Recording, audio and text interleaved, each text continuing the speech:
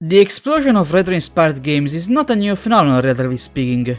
One could make the argument this trend started all the way back in 2004, 21 years ago with the release of Cave Story, a game made for the passion its creator had for 2D platformer games that, at the time, were out of fashion in big projects.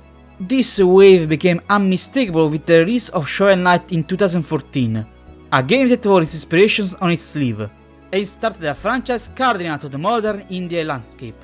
Among the games of this kind, Gravity Circuit, a 2D platformer with explicit callbacks to the Mega Man franchise, is one of the purchases I made during a sale haze. I didn't give it much focus until I started it, and what I found was a pleasant, fairly challenging experience, with an ending fight that was something else, but you'll see soon enough. The question is not would I stop, but can I stop?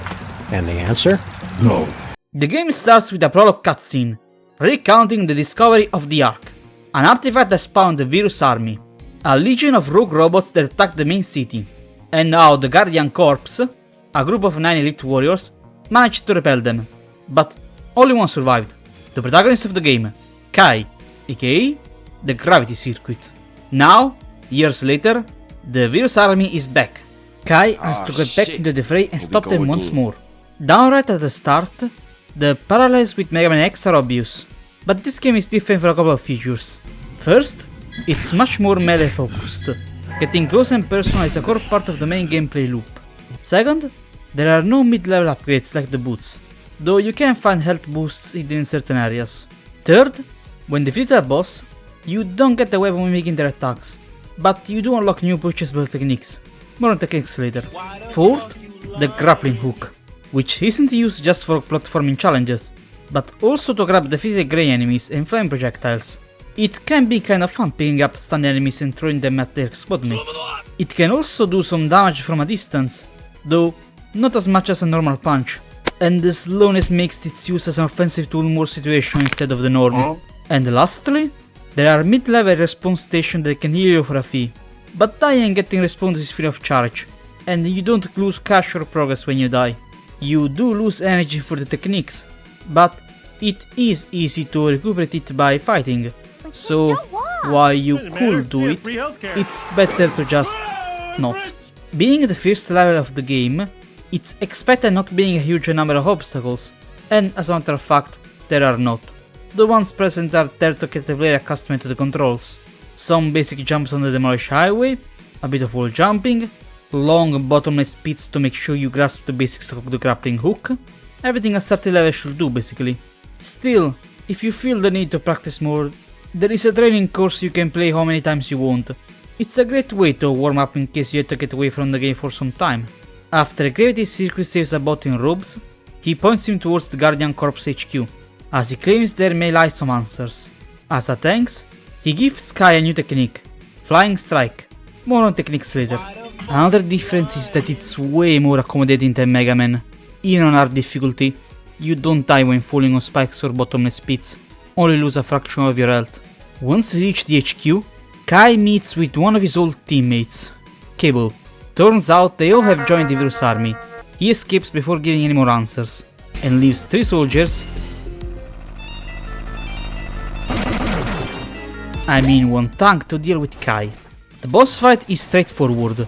The tank is big, clumsy, with clearly readable patterns. You can shoot a stream of bullets from its mouth, punch with demolition balls, and fire around to cause contact damage. It's a functional boss that teaches the player what to expect at the end of stages. Once defeated, the HQ building is unlocked. It's the main hub for the rest of the game, your sanctuary and place of rest. Inside, you can talk with the NPCs, including some you can rescue during the missions, unlock lore bits by buying them from Half the Librarian, play some basketball to improve your combo abilities, buy more techniques from the Caped Seller, buy cheap upgrades from the nurse in the medical room. Don't hit the healing pod, you will annoy the doctor and have to pay a fine if you crack it. Enter a vault that contains the head secrets of the defeated bosses, and of course, choose the next mission to play. Assigned by Kernel, the current leader of the new Guardian Corps.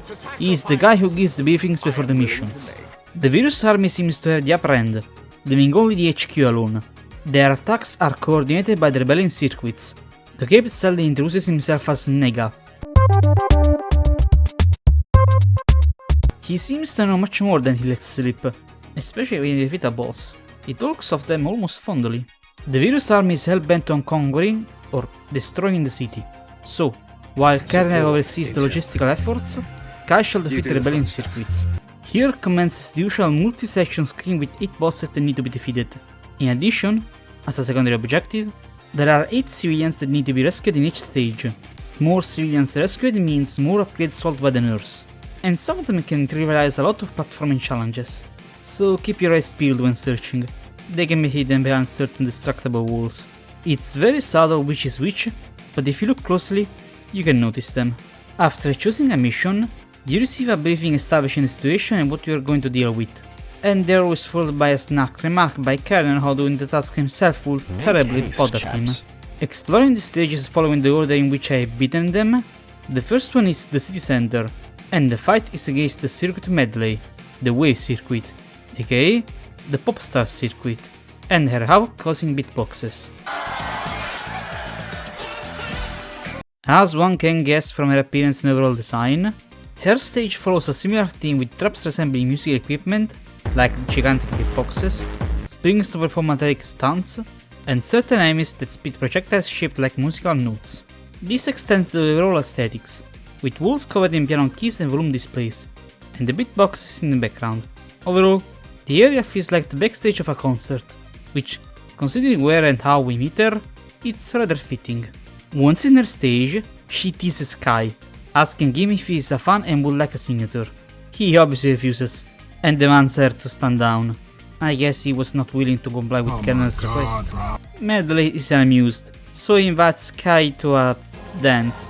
Her room and her moveset are an almost perfect mirror of what we have faced during the stage. The room includes jumping springs that even she can activate. She is able to spawn hazardous beatboxes, shoot musical notes, raise waves of music, and spins around. Once at half health, she unleashes her ultimate, Aural Overload, which spawn beatboxes in a third of the arena, raise the music waves, and spawn even more beatboxes right on top of Kai. Being my first real boss fight, I was not really accustomed to the controls, so it took me around 19 minutes worth of attempts to beat her, though I did rematch her later once I was better skilled. Turns out the whole concert stuff was just a distraction to give time to the others. I guess he succeeded since she was the first one I went for. Kernel is satisfied, even if he'll miss the tunes. After the mission, Pat is added to the briefing room. He is the challenges guy. He will notify you of the challenges to beat / you have beaten. He doesn't do anything except keep track of the achievements you have unlocked. There are no rewards given. Waiting for Kai is also Prim, the robot painter. Once found hidden paints during the stages, she can change Kai's skin color. It's not just an aesthetical change. The various palette swaps give different benefits. My favorite is the one that makes Kai shoot energy bullets that deal half the damage of a normal punch. They are weak for sure, but can be used indefinitely. This breaks the balance of most of the game and makes it a cakewalk during the stages. The bosses are still challenging, but a lot of encounters against normal enemies are theorized once you have a way to deal with them from a distance. Next task? Stopping hijackers. Led by Beat, the shift circuit, from stealing supplies on the highway. The captain is happy that Kai does it because he would hate to chase the trucks himself.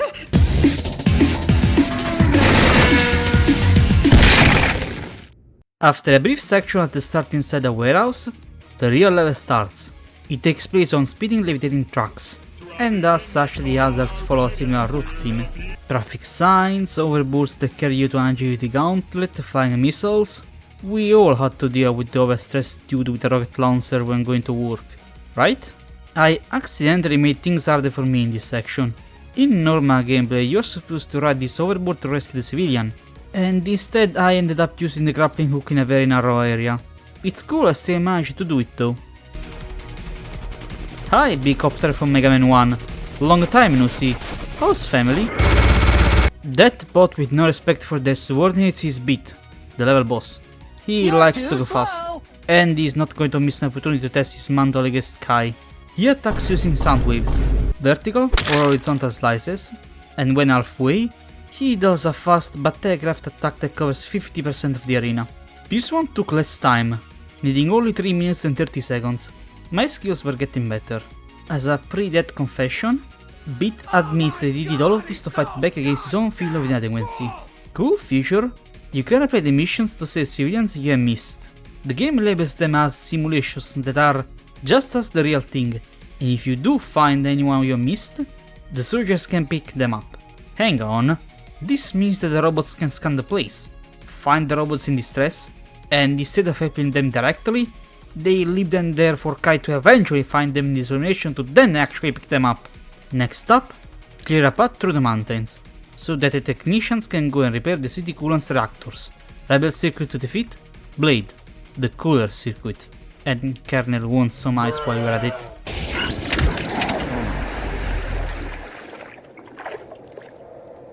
This is the cold/snow themed stage. The hazards include the falling stalactites, plus the static stalagmites at the bottom, though this is merely an aesthetical change. Spiked traps aren't exclusive to this level, hovering fans that cannot hold Kai's weight for long, propelling fans that make Kai levitate, proximity mines that can be picked up and tossed around, and enemies exclusive to this stage that freeze Kai, and it makes you suffer double damage if hit while in an ice cube. A bonus point is that there are no slippery surfaces, so if you're someone who hates that kind of hazards, you're going to be happy here. Did the devs run out of secret spaces to put civilians in? This was just in the open with no obstacle involved. Also, the placing of this enemy is misleading, like, there are no secret walls there, and it's completely ignorable. I wonder if this was one of the first levels they produced when their ideas were not fixed in place. At the end, Blade awaits, remarking how Kai has changed. His moveset includes projectiles that freeze Kai or transform into spikes, a move in which he creates 2 blocks to push Kai down a bottomless pit, and at half health, he creates a sucking tornado that moves around the entire arena. The best way to avoid it is by making a risky jump outside of it. Once beaten, he implies to no more, but dies without saying anything else. This was another cool 3 minutes and 30 seconds. An appreciated feature regarding the civilians rescuing, you don't have to play the entire stage, you just need to get them, then quit to the main base. Next stop, the power plant that has been seized by the virus army. The force is being led by Cable, the power circuit. If left unchecked, he could destroy the main generator, provoking mass power outages in the entire city, and it will make the streets way too dark to the chief for comfort. Welcome to my lair, you insignificant worm. Prepare for a shocking encounter. Work is up, Sparky! If the electricity motif isn't enough on the nose, the level reinforces it through the hazards. Lasers that can be temporarily shut off by switches, projectiles that can light up certain surfaces, exclusive enemies that shoot and save projectiles, and the normal lasers.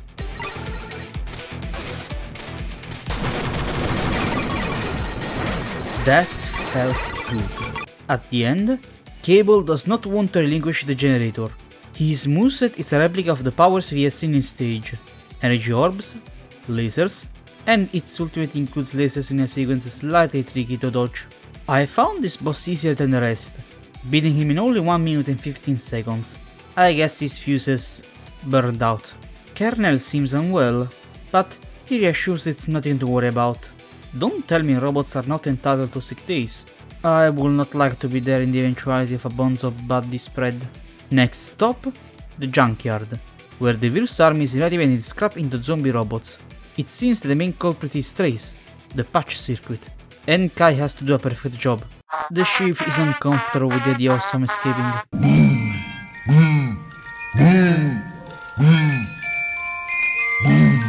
The junkyard is functioning a graveyard for robots, so, of course, the main threats are reanimated husks, crushing machines and their compacted cubes, sticky grease oil that blocks you in place, garbage gathering claw hands, and a mid-boss against a giant robot. Was it there before, or did the virus army just put one of their lieutenants here? Trace seems to be empathetic towards the young robots, though he does not spare that same empathy towards Kai. His moveset includes shooting orbs, throwing bottles full of that sticky oil, use syringes. What were the syringes even for? And at half health, he summons the cubes, which are easily avoided. He also gains an additional move where he summons junk robots. Once defeated, he lets out that he was raising his own personal army, for what purpose he does not reveal. But in any case, another circuit is down. Still not too much of a problem. 2 minutes. As victory started ranking up, I was starting to become rather cocky, and kernel satisfied by the stop of the totally not scary robots. This is where I got the healing technique, and use it for the rest of the game. As for the others, well, you will see soon. Next, free up steelworks from the virus army. The rebel optic circuit array has planted beam traps and overworking the machine. If left unchecked, they will overheat and melt up.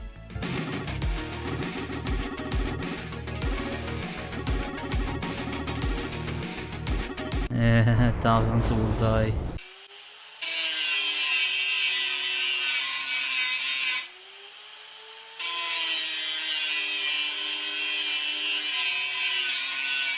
So steelworks, in short, exploding barrels, lava, fire, dumping lava, enemies that shoot fire, fire layers that they cross tubes and probably generate lava, and also make for some neat platforming sections, exploding platforms that require you to do precise jumps.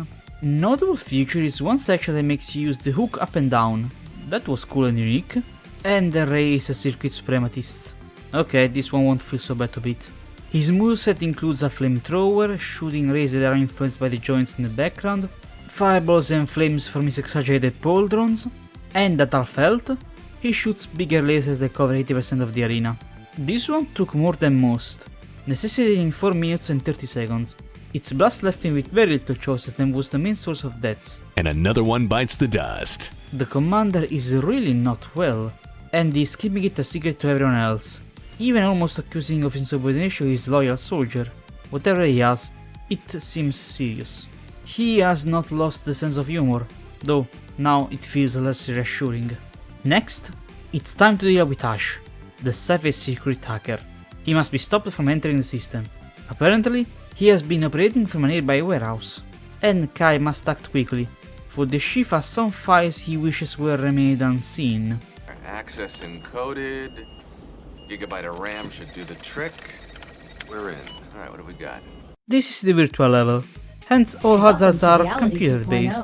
Certain platforms appear only when Kai is near, certain lasers detect burst turrets when crossed, binary switches for color-coded blocks, teleporting spheres, portals that require certain keys to open. At a certain point the stage gets upside down. Also, if you get hit from spikes, a hologram of Cyber shows up and laughs at you, because of course he's a hacker, and therefore he's going to have the most eccentric personality. Ash is peeved that Kai ruined his game and got past his traps, and he is multi-core apparently. His moveset includes spawning spiky blocks, shooting projectiles, both directly and in a circle, holograms that can hurt and shoot, and at halfway he makes a super move where he covers the entire arena except for some safe spots with spiky blocks. As he dies, he slips details about a contingency plan. This one was typical again, 3 minutes and 30 seconds to beat.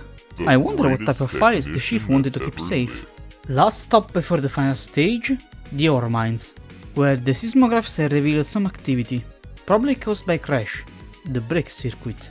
While the corps could deal with the virus forces stationed, they would be powerless against Crash, so Kai has to go instead and deal with him.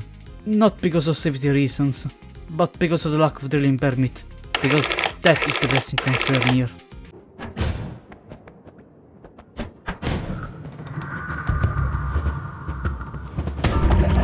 This is the underground mine level, so the hazards consist of fragile rocks that crumble when standing over them, giant destructible rocks that block your path and may push you to a bottomless pit, and the enemies all have variants of either throwing rocks at you, or making rocks fall on you. Here is also the only rideable vehicle in the game, the overboards don't count. The classical giant mech that hits hard and smashes things.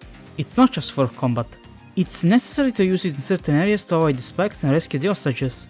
It's all around fun. I died right outside the boss room. I got so mad that I rushed without even the robot. Also, I did not notice at first, but when you die, there is a little map in the lower right corner showing you how far you have come.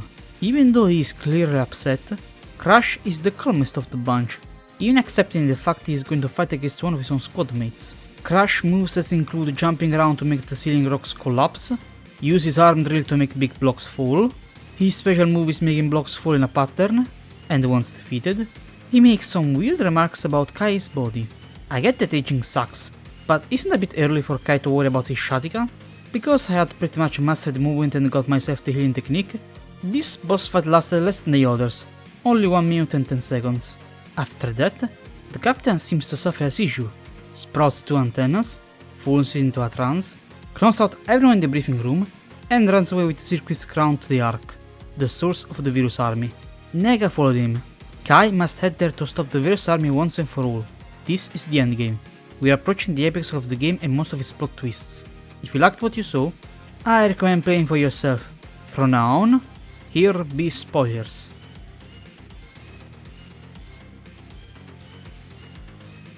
Still here? Okay. Due to interferences, Kai can't be transported directly on the Ark. He will have to fight his way through. The final level's hazards are remixes of the previous ones, but harder. So I'll just jump to the more interesting parts. At the halfway point, we find Nega and wait a moment.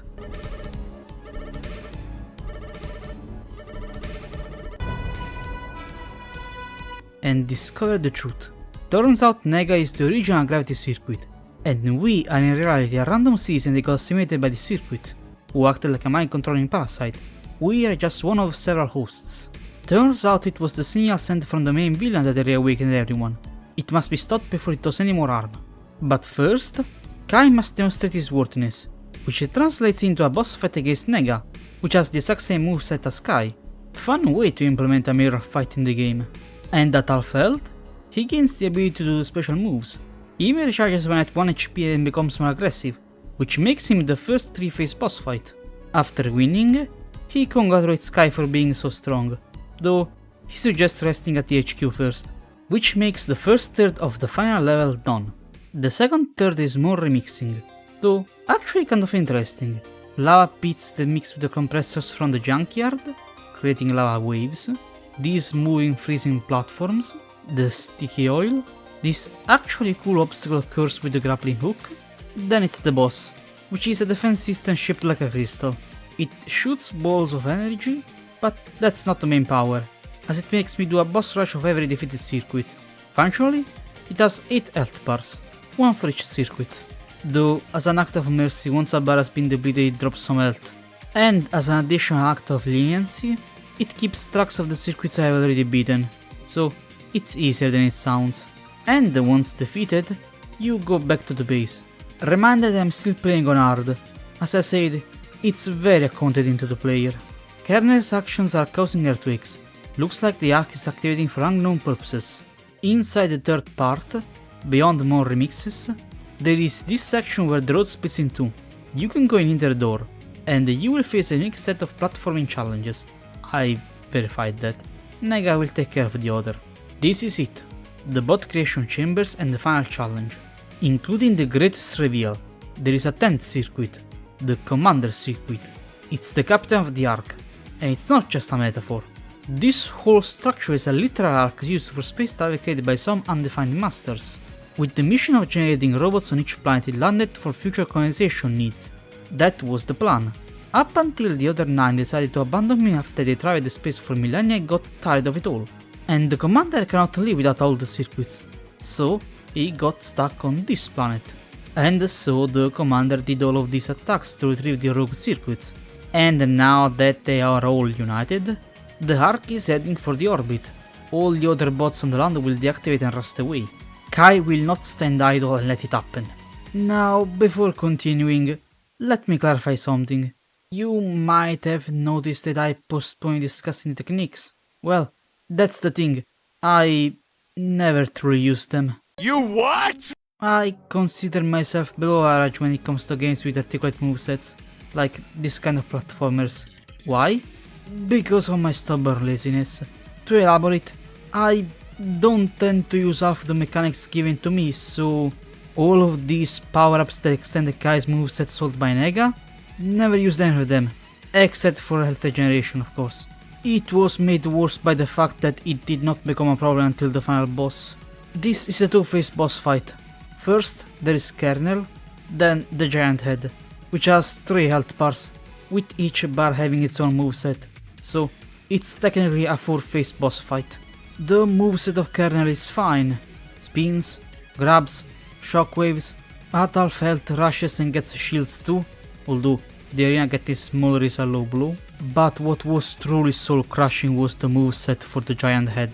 Laser eyes, giant hands, shockwaves galore, bombs explode in an excellent pattern, and on his last health bar you cannot even attack him.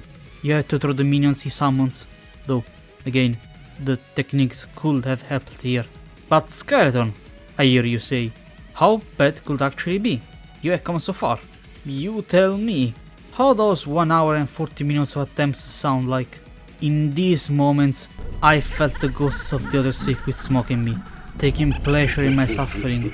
I got overconfident and was paying for my hubris. It got so bad that I had to leave, get back to the HQ and buy all the upgrades. I was desperate and willing to try anything, but my brain went all like, no, Funny stuff, kid, but I'm an anarchist. and just refused to try and learn them. And what's worse is that it didn't even matter. In the end, I won by hot swapping my circuits, switching between the ones that grants extra burst when hitting and the one for healing. Plus, I had to change the paint to get as much burst energy as possible. Final cutscene and at this point I do not even care anymore. The commander wanted to spacefair again. Nega sacrifices himself to become the host of the commander circuit, so that the other bots can keep on living. Kai ponders whether to reveal the truth, and the game ends with him staring at the stars. I came out of this completely devastated. If you want to write skill issue over and over in the comments, feel free to do so. I completely deserve it.